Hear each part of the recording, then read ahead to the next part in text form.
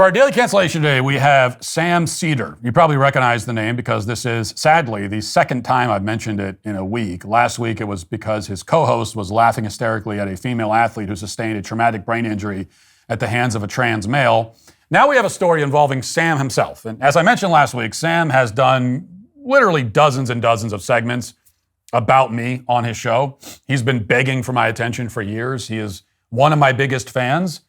And now that I've mentioned his name twice in a week, Sam is no doubt on cloud nine. And that's fine. You know, I'm glad that I can make the little guy feel good about himself. But in any event, Sam Seder recently did that thing where he sits in the middle of a crowd and faces off against more than a dozen people who disagree with him in rapid succession. It's a series you've probably seen called Surrounded. It's a kind of speed debate organized by Jubilee Media. And one after another, in this debate, Sam's amateur opponents completely demolished him. And there's one moment in particular that I want to focus on, and it's getting a lot of attention online. Here it is. What's the problem with xenophobic nationalism? Don't you think that's better for Americans in general? Like xenophobic nationalism is better? We should have a coherent culture. Everyone should be a part of the same culture. We should have assimilation. Which, do you get to choose what the culture is? We already have a dominant culture. What is based the dominant on culture? European and Christian values and identity. That is the dominant culture. White Christian, it's rooted in European identity. White, so your argument is that has been the dominant culture. Just to be clear. And we're not letting people assimilate to that. We're saying you should keep your culture, and this is why our culture is so divided. Your argument is that Trump is good for those who want a dominant white European culture. I mean, that is what America is. It's rooted in European identity and Christian values. That's what it has been. Would you really disagree with that? What is it then, if that's not the identity of America? Well, I think the identity of America... For the majority of time, America's been a country. You don't think that's been the identity? Well, actually, no. I think actually the identity of America has been, for better or for worse, a melting pot. Before I play the rest of the conversation, notice what's already happened here. The woman, who, by the way, is named Sarah Stock, presents a clearly defined view of American identity. She handles herself very well during the whole exchange and deserves a lot of credit for it. Sarah says that America is rooted in Christianity and European values, which is obviously true. But even if you disagree with that for some reason, you'd be wrong. But even if you do, at least she's presenting some sort of definition of what it means to be American. She's offering an affirmative explanation of American culture. On the other hand, Sam cannot provide a definition at all. Instead, he offers a cliche. He says America is a melting pot without explaining what that means exactly. He simply implies that we've always been a melting pot. And then for good measure, he says that the woman is advocating for a dominant white culture, which is how Sam presumably wins all of his arguments with his leftist friends, because anything white is automatically bad and bigoted and evil. So he could just say, oh, well, so you're advocating for something white? And with his friends in his world, that's enough. That's the end of the conversation. But he's in a world here with people where that's not the end of the conversation. Because in this context, where the word white doesn't inspire terror in everybody in the room, the tactic does not work. And so we're left with the substance of what he's saying, which falls completely flat. The main problem with Sam's argument, of course, is that America has not always been a melting pot, as that term is generally understood. This country was composed of white, Western, European Christians almost exclusively in its first years. This is the core of America.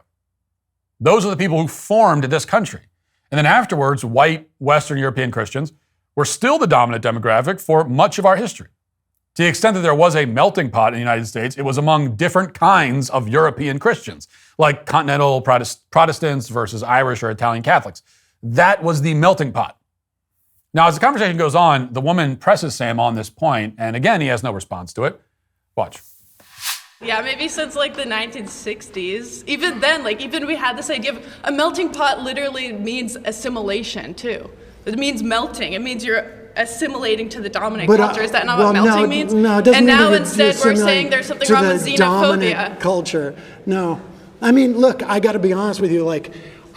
You and I have a fundamental disagreement. We will never see eye to eye on this. It's a choice. And people, I think what you're expressing, though, is really what the Trump movement at its heart is about. And I think that's problematic. I disagree. I don't think Trump's like anywhere close to being a Christian nationalist. That's ridiculous. Like Trump's basically a Democrat from like 15 years ago when it comes to social issues. So you don't think that he's conservative enough for you? Oh, definitely. Nowhere close. No. He's not xenophobic enough for you? No, he's trying to import a bunch of H-1Bs. Are you kidding? Right. Oh, so you want to get them out too? Yeah. No, I mean, I think you're making my argument for me. You know, we hear about this idea of a melting pot, and there's some disagreement over the precise meaning of the term melting pot. In the clip we just played, the woman, Sarah, debating Sam, says that the term melting pot implies assimilation. Sam apparently has a different idea in mind. He's probably thinking of a melting pot as a reduction to the lowest common denominator. Whichever definition you use in this part of the debate, the woman who's debating Seder is correct that America certainly didn't become a melting pot by any definition of the term until relatively late in the country's history.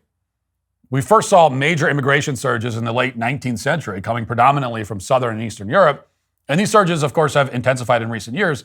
According to census data, the foreign-born population of the United States doubled from 1970 to 1990, from around 10 million to 20 million. And that's just the people we're tracking with census data, which of course excludes illegal aliens. But, you know, this melting pot stuff is almost beside the point anyway. Even if America is a melting pot, however you define melting pot, that does not answer the question of identity. Melting pot is not an identity. Let's just agree with Sam Seder for a moment, just for the sake of argument. It's a melting pot. Fine. Melting into what? And for what purpose? Like, that's the question, Sam. What are we melting into? Why? Imagine that I told you, let's say I told you about an exciting new organization that I just founded. I said, I just founded an organization. You're going to love it. And you ask me, well, what is the organization? And I say, oh, it's an organization with a bunch of different kinds of people. It's a melting pot of people. Do you see how you would still have absolutely no clue what the hell sort of organization it is? I would not have explained anything about what the organization actually is, or why it exists, or what its purpose is. Yes, it has lots of different kinds of people. Great. Why? What are they doing? What is the context? That's the question that Sam cannot answer. He's debating national identity, but he has absolutely no conception of what our identity actually is. That's why when Sarah asks him, well, what do you really not think it's that? What do you think it is? He can't answer. According to leftists like Sam Seder, our country's identity has nothing to do with religion, ethnicity, race, tradition, or borders or laws. Right? Because he would say that illegal aliens who come here are also just as much Americans as anybody else. So that means that borders and laws also don't define the country. If that's the case, what is our country exactly, Sam? What is it? What does it mean to be an American? What is our identity? Leftists like Sam Seder can't answer that question. It's the what is a woman problem all over again. So they would rather launch ad hominem attacks or filibuster than give you a coherent answer because they can't, and they know they can't. Being a husband, father, and host of my own show means life never slows down. Imagine trying to eat 31 different fruits and vegetables every day. Sounds pretty miserable and also time-consuming. And sometimes I just want to hit the drive-thru and order something with questionable nutritional value, but I don't need to do that with Balance of Nature, because Balance of Nature fruits and veggies, there's never been a more convenient dietary supplement to ensure you get a wide variety of fruits and vegetables every day with 31 different whole fruits and vegetable ingredients. Balance of Nature takes fruits and vegetables, they freeze-dry them, turn them into a powder, and then put them in a capsule. You take a fruit and veggie capsule every day, and then your body knows what to do with them. Pretty simple. Go to balanceofnature.com, use promo code Walsh for 35% off your first order as a preferred customer. Plus, get a free bottle of fiber and spice. That's balanceofnature.com, promo code Walsh. Guys like Sam, they can spit and sputter and tantrum all they want, but it won't change the facts here. And the fact is that, again, America was founded by Christians of Western European descent. That is the culture that our country is rooted in. That's a fact. If the Chinese or the Arabs had colonized North America and founded a nation here, it would be a fundamentally different nation. This country, the USA, the country that we live in right now, could not have been formed by any group other than Christians of Western European descent. Now, other groups can form countries. Many groups have formed many countries, obviously, but they could not have formed this country. This country is distinctly Christian and European at its core. That is a fact. And guys like Sam have no response to that fact other than to cry about it. And that's why in response to my posts on this subject, in which I simply asked him to define American identity, Seder posted this inane message on X. He said, quote, "I'm impressed how aggressively these guys from Daily Wire are owning white nationalism and theocracy." So that's he called white nationalism. That's scary. Don't you get it, Sam? We don't care. You can label it all you want. Oh, that's white nationalism. That's theocracy. That's Nazism. Whatever. It doesn't matter to us. Don't you see that? Your labels don't mean anything to us. They mean nothing. Not a single thing.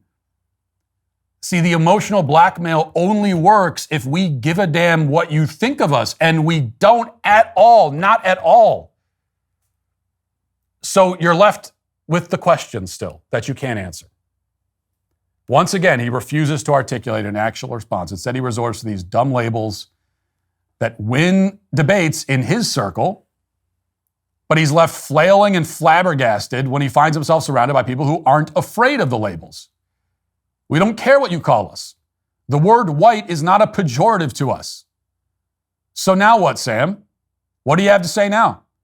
That tactic's off the table. We don't care. What about the issue? You have anything to say about that? And this was a theme of the whole episode of Surrounded, for what it's worth. It happened again and again. In a separate conversation, for instance, Seder was pressed about the foundations of his morality, and once again, he deflected. Watch. I don't base my understanding of civil society on religion. And so we have a civil society. Okay. We have laws that we have decided as a society in a democratic way. And for some people, it's okay for it to be informed by their religion. That's okay. Okay, perfect. So if tomorrow society comes together and we say, hey, trans folks don't deserve rights, you would be okay with that? No, I would be against it, but I mean, it would be morally right under your view. Not morally right. No. I'm not talking about morals here. Okay, so here's where I'm getting to, right? Religious foundations provide an ethical framework for one to live their life off of. I believe you can have an ethical framework without religion. And if we take the leftist view to its logical tail end, to its extreme view, you have low reproductive birth rates. You have a reproductive dead end, so two men together can't reproduce unless they have to take from a healthy straight couple. Religion provides this foundation where you do prioritize the nuclear family. So do you have a problem with gay people being married? So all he has is deflection. That's his only available tactic. He's being pressed on the foundations for his belief system. If it's not religion, then what is it? If it's the will of the people, then how can you object to a popular law that offends trans folks, quote unquote? How can you say that slavery or Jim Crow were ever wrong? They were the will of the people at one point. And then when he realizes he doesn't have any grounds for a rational objection, Sam asks the guy whether he has a problem with gay people. So he resorts again to trying to shame the person asking the question. He's hoping that you won't notice that his own belief system is completely contingent on these precarious expedient factors. There's no deeper foundation whatsoever. They can't articulate why trans rights are supposedly important any more than they can tell you what it means to be American. Now, if you really press some leftists on this question of what does it mean to be American, what they will probably respond is that they think that America is an idea. But the problem with that is twofold. First of all, nations are tangible physical things. They are not abstractions. Ideas don't have laws. They don't have precedents. They don't have passports. Ideas don't have militaries. And secondly, when you ask leftists about this, they won't go into any detail about what this idea actually is. Okay, so they say America's an idea. You say, okay, all right, fine. Again, sake of argument, let's say America's an idea. What is the idea? Can you at least tell me that? They say America's an idea, but they seem to have no idea about what this idea is. And that's because the men who came up with the ideas that lie at the foundation of our government were all Christians. They were Christian ideas. Human rights is a Christian idea. It makes no sense, actually. Human rights make no sense outside of a Christian worldview. No sense at all. You can't make sense of them. Because human rights, that's why it's endowed by the Creator.